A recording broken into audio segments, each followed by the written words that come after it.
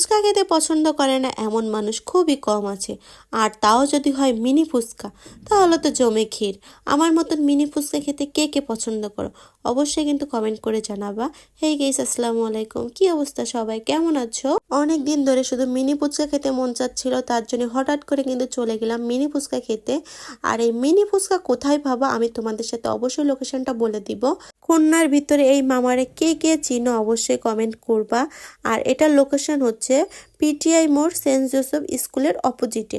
এটা এত মজা খেতে, বিশ্বাস করো যারা যারা ট্রাই করছো তারাই বুঝবা, আর যারা ট্রাই করনি তাদের তো ট্রাই না করলে বুঝতেই পারবা না যে এত মজা মিনি ফুচকাটা। সত্যি কথা বলতে আমি যে এখন ভয়েস দিচ্ছি, বিশ্বাস করো আমার গালে কিন্তু পানি চলে আসছে, কারণ আমি মিনি ফুচকা খেতে অনেক বেশি পছন্দ করি।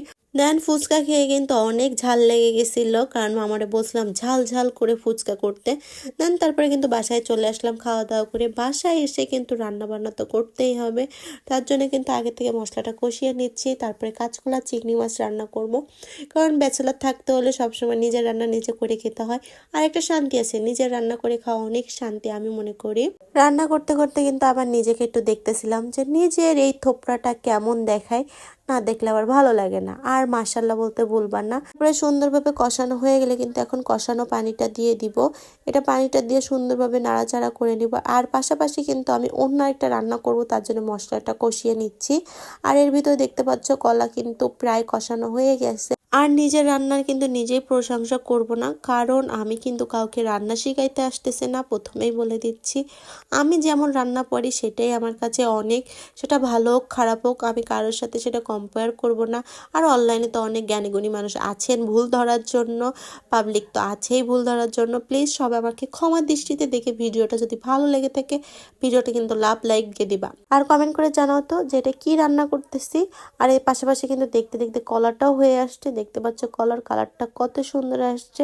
হয়তো অফ ক্যামেরা এর থেকে আরো বেশি সুন্দর আসছিল। আর খেতেও মাশাআল্লাহ অনেক টেস্ট হয়েছে। আর এটা রান্না করতেছি চিংড়ি মাছের ঘেলো। এটা খেতে আমার অনেক বেশি পছন্দ, জানো, এটা আমি নিজে নিজে রান্না করি আর নিজে নিজে খাই। প্লিজ কেউ আবার নজর দিও না, তাহলে কিন্তু আমার পেট খারাপ করবা। সবাই মাশাআল্লাহ বলবা, যাতে তো আরো সুন্দর রান্না করতে পারি। আর এটা তোমরা কি হিসাবে চিনো, পানি ফল নাকি পানি সিংড়া? আমি কিন্তু পানি ফল বলে চিনি। আর এটা খেতে আমার কাছে অনেক বেশি মজা লাগে।